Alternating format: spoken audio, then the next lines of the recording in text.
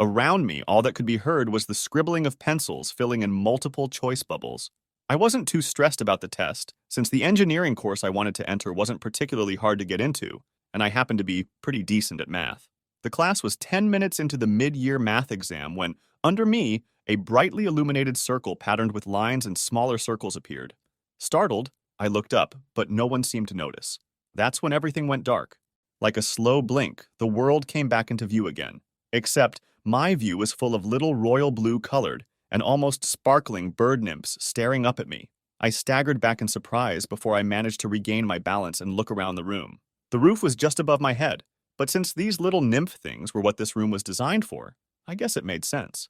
To them, it probably looked more like an arena or a school gym. In fact, there were definitely some kind of gymnastics bars and other assorted climbable bars scattered around the room. Turning my attention back to the nymphs, I noticed a couple among them seemed to be a little larger and duller colored, like a steel blue, and decorated in gold lace that definitely made them look more official. There was one standing in front of a crowd of what seemed to me to be younger nymphs. They were almost holding them back behind a kind of invisible line, while behind the crowd stood three taller ones who definitely looked apprehensive. My attention finally rested on one bright blue bird nymph facing me and standing in front of all the others. It looked like it was fidgeting, peering up at me with upturned eyes. "Perpee to you," it chirped, and as it did I felt encouragement, demand, and I should tell them who I am. I guess they wouldn't know, I thought to myself. "Hey, I'm Jake," I said to the crowd at large, waving my hand. The group of brightly colored nymphs exploded in a cacophony of shushed chirps. Their chirps and tweets strongly reminded me of the excited whispering when someone does something amazing in a library or some situation where you need to be quiet. The four who I was starting to suspect were teachers seemed to relax a little. Their feathers flattened closer to their bodies, but their gazes stayed wary. The little light blue one at the front seemed to gain a bit of confidence, holding its head higher and walking with a longer stride. "Prit Peru," it chirped once again, but this time I felt submission and I should go to my master. "Wait, master?" I thought, seemingly at odds with my own mind. "I cannot keep her waiting." "What? Why can't I keep who waiting?" In my mind, the back and forth raged. I would flip between desperation and a desire to serve, to confusion and clarity. "No, I just have to walk to her." "What the frick? Why am I thinking?" "Go to her!" Holy crap, is this mind control? "Go to her now! Get out of my head!" I screamed, filled with frustration and unbridled rage. As I yelled, the crowd of birds shrank away, falling completely silent. Even the four teachers looked stunned, but they quickly recovered. In the silence, the light blue one repeated nervously, "Prit Piru!" I should— "No!" I yelled again. This time the crowd scattered, chirping desperately as they flapped their wings and flew over each other trying to get away. The three teachers at the back were prepared this time. Chirping in sync, the three gestured towards what looked like a jagged rock sitting on a trolley between them, and motioned towards me. This was followed by the rock flying towards me at the speed of a pegged handball. Out of pure instinct, my hand protected my face and caught the jagged rock, which was followed by my loudly screamed, "Ow!" The mayhem instantly came to a stop, as all their little feathered heads turned towards the source of the sound. I dropped the rock out of my right hand and into my left, and looked down at the broken remains of a pencil I must have been unknowingly holding the whole time. It had snapped, and one of the broken halves was protruding a little into my palm. "That hurt!" I shouted, throwing the rock back in the general direction it came from. The stone flew and buried itself halfway into the floorboards right in front of one of the teacher nymphs, who staggered back and fell over with what in hindsight must have been utter horror judging from the puffed-up feathers. The fourth teacher was shaking the little blue nymph and chirping some things, while the rest of the students were stampeding out of the room. That's when I finally realized the gravity of what had probably happened. Asterisk crap. Asterisk, I thought. I looked down at the little nymph who had begun chirping something again, but this time I didn't feel anything. Confused, I looked around the room and then down at myself, only to see my legs disappearing. "Holy crap!" I exclaimed, as my stomach, hands, then chest faded into nothing. The last thing I saw before the world faded into dark was the little blue nymph staring at me in what looked like shock. And then I was back. Students writing, the supervisor staring daggers at me, everything exactly as I left it. Glancing at the clock, it still said 10 minutes past the start of the exam, the exact time I disappeared. I examined myself up and down, then saw my pencil, broken, with a little blood on it trickling down from my palm. It had been almost a year since that strange encounter. Thankfully, I graduated high school without any issues. I didn't tell anyone about my experience that day, figuring I would either be laughed at or institutionalized. In spite of my greatest hopes and wishes, I didn't see any of my friends jumping out and saying, "It's just a prank, bro!" or "Gotcha!" or even any cryptic lines which may be references to what happened. Nor could I find anything strange in what I ate that day. There weren't any opportunities for anyone to have slipped me something in my drinks or food, so I simply kept my mouth shut. I ended up writing it off as a mystery, but it got me thinking. If I did get summoned to another world, and it happened like in some of the stories I read, would I be ready? Since my answer to that was a solid no, I decided to do something about it. My mild obsession with science and engineering actually ended up helping my final semester at high school, even if the new archery, martial arts, fencing, and firearm classes didn't. I may have overprepared just a bit. I was now well into my first semester at uni, studying a flexible first-year engineering and science course, and had started to doubt that anything was going to come out of that strange experience. That was until one day at the firing range. As I was raising my rented Glock 34, that same patterned circle appeared, and everything went dark. Opening my eyes, there was the same aqua-blue bird nymph, leaning against a wooden wall behind it. This time, I was determined to not do anything that might spook it, and risk losing my chance at a proper hello. So I steeled myself to resist, but not overreact to whatever would come next. It chirped weakly, and like last time, I felt my mind trying to convince me to do something. But this time, it wasn't a desire to serve or some compulsion to submit. It was fear, grief, and desperation. It wasn't trying to give an order, it was pleading. This time, I understood it immediately. That chirp was a help me. Setting my face in grim determination, I nodded to the poor creature and turned around to a scene of destruction. We were in what looked like a ballroom, one whose roof was just tall enough for me to fit, but the tables lay on their side, broken and cracked, with more of the little bird nymphs littering the floor, many in pools of red blood with sickening injuries. In the middle of them all, with its attention fully focused on me, was a massive monster. Massive for the nymphs, that is. It really was about the size of a large dog, reaching about my thighs on all fours, and was best described as the mutant child of a dog, lion, and a porcupine. The monster tensed its muscles, opened its mouth, and let out a horrific screech. I raised my gun and fired. Seemingly instantly, there was a hole in the front of the creature's forehead, and a spray of red behind its head, all of which was accompanied by the sounds of a metallic snap and the squelch of exploding brains. The monster's scream stopped. It stood still, as if frozen in time. Then slowly, it fell forward with a meaty thud onto its stomach. I wanted to help the other birds, but my brain was still processing what just happened. Did I just frick up? What if that was a person? I mean, it does have blood all over its claws and around its mouth, but what if this was a mistake? And all these nymph things? How can I wondered, but was cut off halfway through my thought by a single chirp from behind me. Turning around, the little nymph projected a feeling of amazement, relief, and mourning into my mind.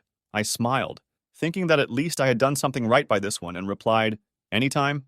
After hearing my words, the little nymph sunk back against the wall, closed its eyes, and lay there still. Just then, I heard frantic chirps getting louder from the corridors. Turning around to find the source, I noticed I was fading again. My legs already gone. My hands, chest, and then I saw the origin of the chirps. Larger, more professional-looking nymphs poured through one of the doors. That was my last sight before fading away. I was right back where I had been, at the shooting range, holding a rented Glock 34. I pulled out the magazine and counted the bullets. I was one shy. I suppose I was expecting it to all have been a dream or a hallucination, but no, I was one bullet shy. I thought to myself how lucky I was, that of all the times I could have been taken to fight that creature, it was when I had a gun in my hand. I almost laughed at the thought of if I had been in the loo, but my smile quickly faded and was replaced with fear. What if I had been in the loo? I said aloud.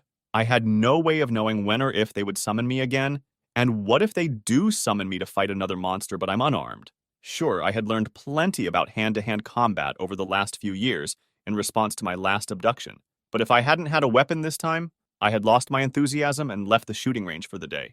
Arriving at home, a small flat but home nonetheless, I walked into my room, past a stack of dirty clothes, and sat on my bed. I started going over what I definitely knew about them, and then tried coming up with theories to fill in the gaps of what I didn't know. I laid flat on my back and began thinking aloud. They are small creatures resembling birds or fairies. They are intelligent, and they live in a world where they are not at the top of the food chain. I thought for a moment about what else had seen. They have magic or some kind of science so advanced that the difference is inconsequential, except for their weapons, I said, remembering that handball-sized rock that they had launched at me the first time. When I had shot that thing, the little blue one that summoned me was amazed. I know that for sure. I then started to consider how I knew that. None of those creatures had ever spoken a single word to me. They seemed to be telepathic in some way, communicating their thoughts as desires and emotions rather than full proper words. The first time they took me, they put in my head a desire to serve a master in some fashion, but never once did they actually speak directly to me. I mulled all of this around in my head for a solid hour before my stomach began to rumble, and I decided to cook something to eat. My kitchen, like my flat, was small and left much to be desired, but it fit my personality just fine. I like things simple and understandable. I like to be able to analyze something down to its smallest part and know what makes it tick. I walked into my kitchen, pulled out a boiling pot, filled it with water, and put it on the stove. Maybe some ramen and crisps, I said, sticking my head and arm into my pantry to try and find a packet of ramen. I found one at the very back of the cabinet. Gotcha, I said proudly, and turned around to go back to my stove. There was just one problem. It wasn't there. In fact, neither was my flat for that matter. I was standing in a field of bluish-green grass and a burnt-orange sky. Gold and pink clouds floated and danced in it, like a graceful ballerina doing a show for the whole world to see. A small, timid chirp came from behind me. I turned, and there, sat atop some kind of railing, was that tiny nymph. In my head, I began to feel its presence. I felt it push its emotions and feelings into me. Thankfulness, remorse, amazement, and most strongly, sorrow. It was terribly sad about something, perhaps over what had happened in that building. I didn't know how else to comfort the creature, so I leaned down and stroked its small, feathered head.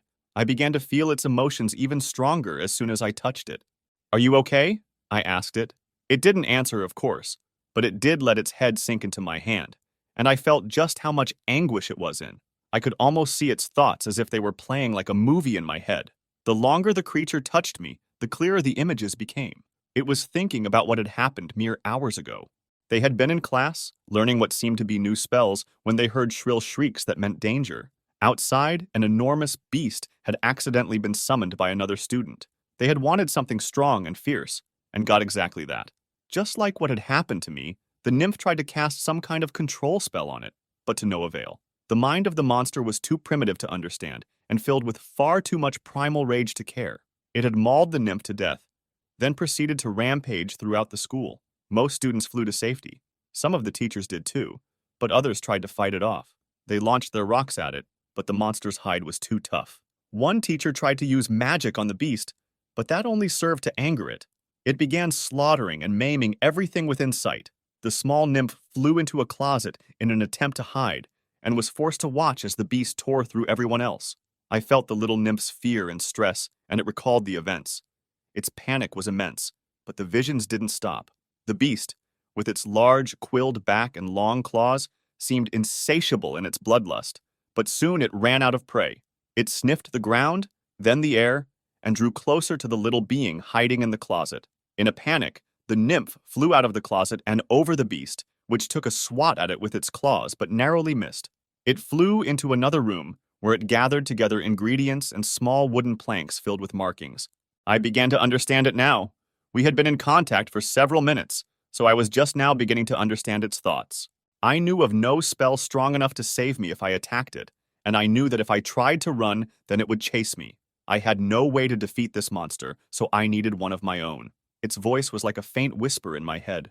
No longer was it merely emotions or desires, but actual solid words, however soft they may have been. "I can understand you," I said, amazed. It pulled away in what seemed to be shock, or perhaps confusion. You can speak?" it said, sounding some mix of terrified and baffled. You can speak?" it said, sounding some mix of terrified and baffled. "I feel like I should be the one asking that question," I said to the small blue creature. I'm sorry," the small nymph said. "For what?" I wondered. "I'm sorry for trying to make you my familiar. Even after I realized you were an intelligent species, I still attempted to put you under my control. I was young, and my instructor, he told me I should continue with the ritual. I didn't want to, but I was too afraid to make my objections known. I deeply apologize." The nymph bowed its head in shame. "Why summon me in the first place?" I asked. The nymph raised its head and looked at me, her eyes filled with remorse. It was a part of my training. I was a student and was undergoing a test, the rite of dominance. I was ordered to summon a creature as powerful as I could, then dominate its mind and force it to become my familiar. Familiar. I had heard that term before but couldn't quite place where. A being meant to serve as a guardian, servant, and ally, the nymph explained. I nodded my head that I understood. You wanted me to be your servant? I questioned. Part of me was offended. Part of me was proud to be considered powerful. The nymph winced as if in pain. Yes. The nymph spread its wings and bowed once more, this time with its whole body. I see how wrong I was now. A Neem as weak as myself could never hope to be the master of a being as powerful as yourself, Great One. Neem? Great One? I thought to myself. Is that what your species is called, Neem? I asked. Yes, Great One. It answered, still bowed. Why are you calling me Great One? You slew the Borog in a single attack of thunder and metal. It was a ritual more powerful and devastating than any of my people have ever seen, she explained. Right. I didn't know how to respond. My name is Jake. You can just call me that. The nymph stood up.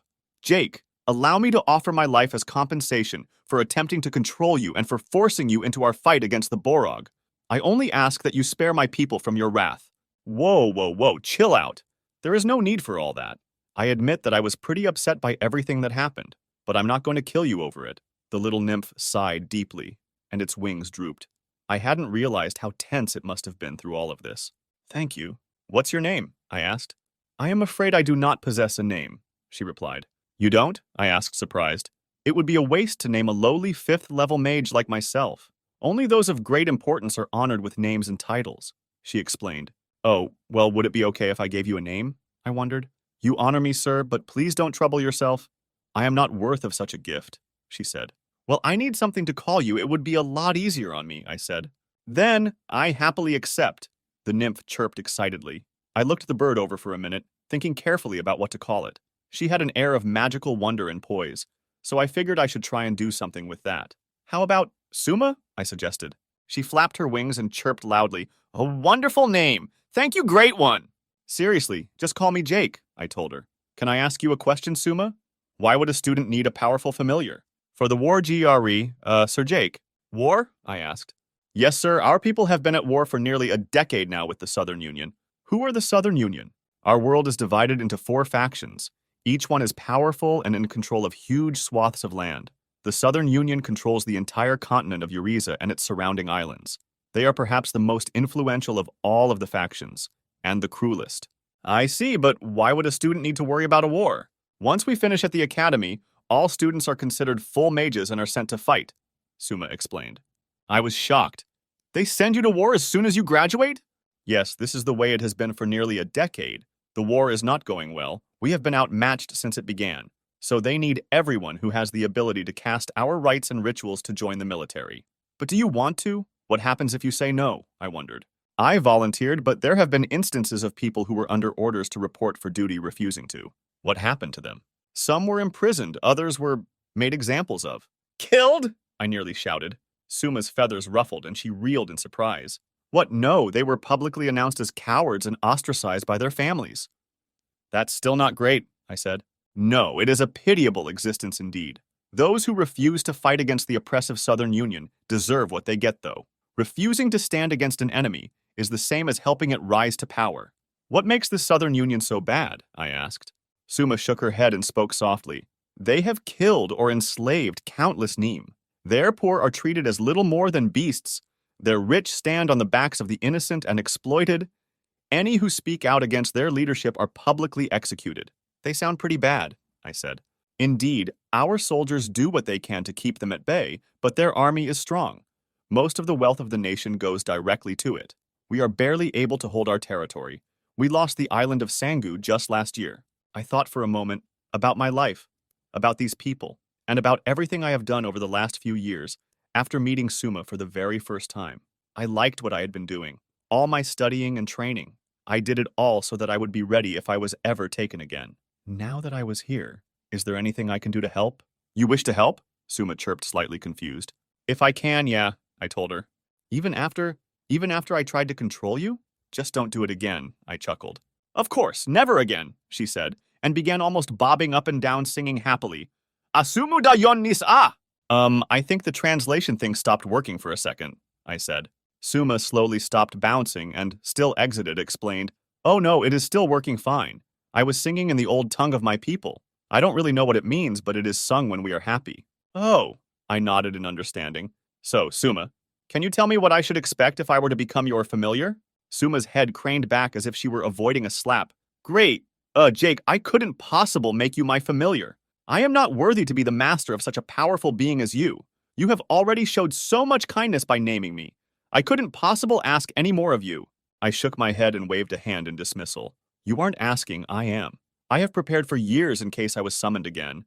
Then I find out that there is no danger of that. And I basically wasted years of my life over nothing. I want to at least use the skills I learned to help someone. I'm not much of a solider, but maybe I could make a decent familiar." Suma was dumbstruck and could barely form a sentence. She shook her head and flapped her wings. "Okay. So, what do we do first?" I asked. "We need to perform the rite of two.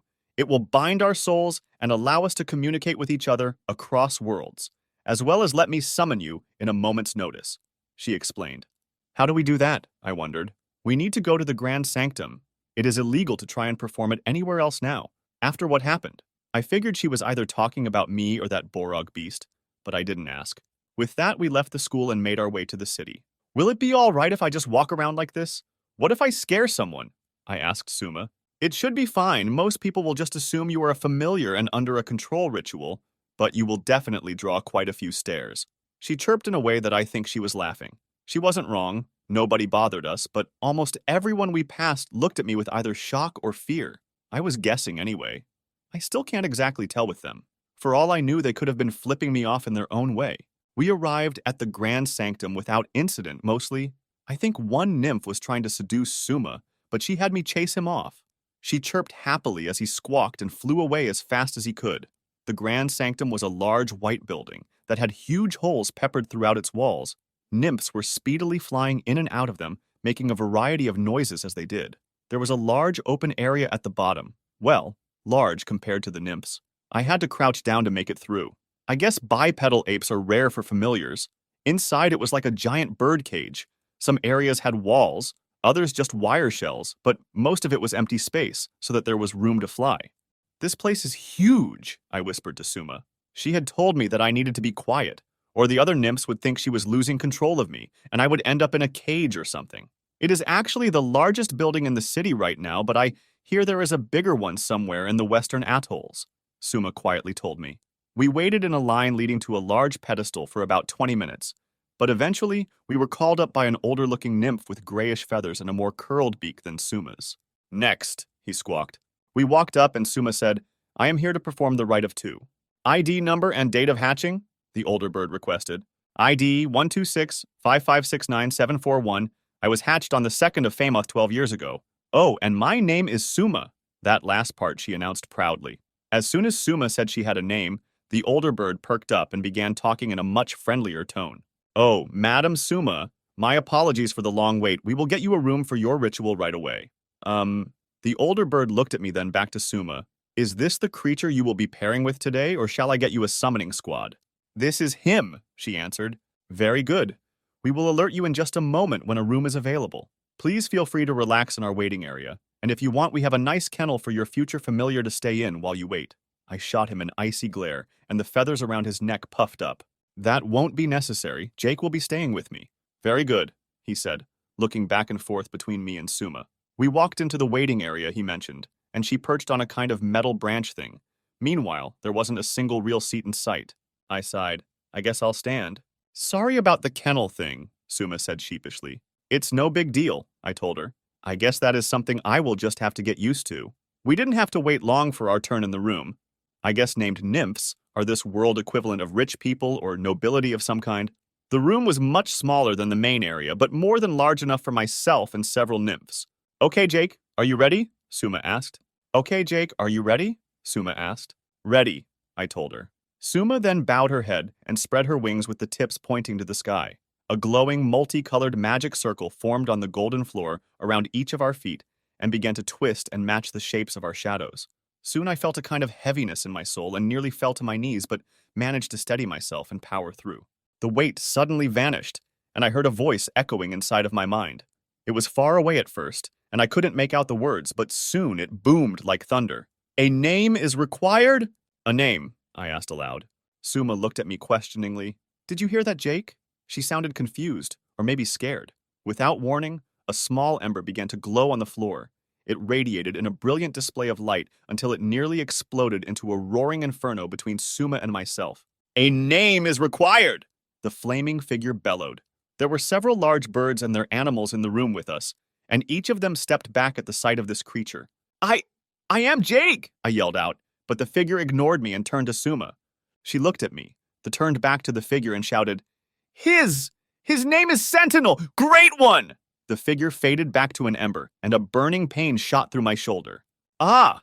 I yelped, and lifted up my sleeve to see that a magic circle, surrounded by some kind of alien letters, had been etched into my skin like a tattoo. I looked down at the floor, and the magic circles faded away into nothing, leaving the room filled with an eerie quiet. What the heck was that? I asked, breaking the rest of the room's occupants out of their own stupors. I have no idea, Suma replied meekly. I laid in my bed that night, unable to sleep.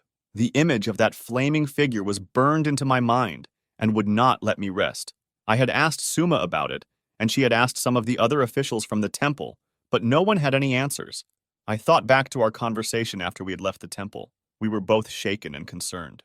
How did you know what it meant when it asked for a name? I asked Suma. Fluttering beside me, she landed on the shoulder that now bore a strange tattoo.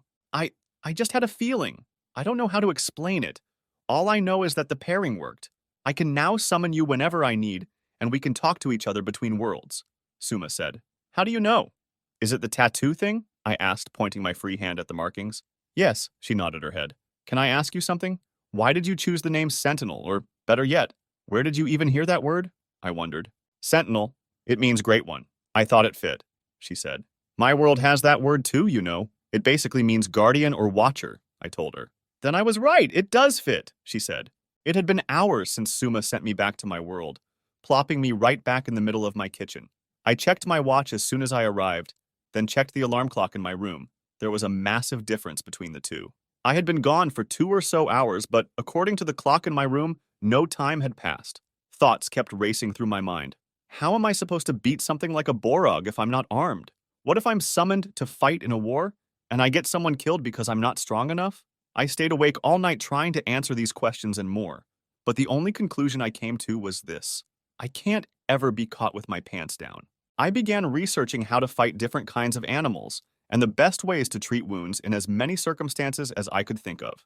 I made a list of supplies for everything from first aid to close quarters combat that was legal to own in my country. Shy of moving to America, where I could probably buy an AK-47 at Walmart, I needed a surefire way to deal with as many situations as possible. My eventual conclusion was that I needed something that I could quickly convert into a weapon after I was summoned, or learn how to manufacture the weapon in the other world so that I could keep it there. The conversion seemed easier, so I pulled a 3D modeling program to help me design it. The sunlight poured into my room from outside just as I put the finishing touches on my design. In the course of 4 hours, I had gone through 7 ideas and attempted to build mock versions of them out of what I had laying around. I decided on what was essentially a kind of folding knife that could attach to a collapsible rod. I looked at my clock and decided that I could finish my project later since it was my day off of work. Just as I laid down to sleep, I heard Suma's voice in my head. I summon you, Sentinel. A magic circle formed on my bed around my body, and I slowly began to disappear. I reached out and grabbed a pajama shirt and trousers just before my hand disappeared.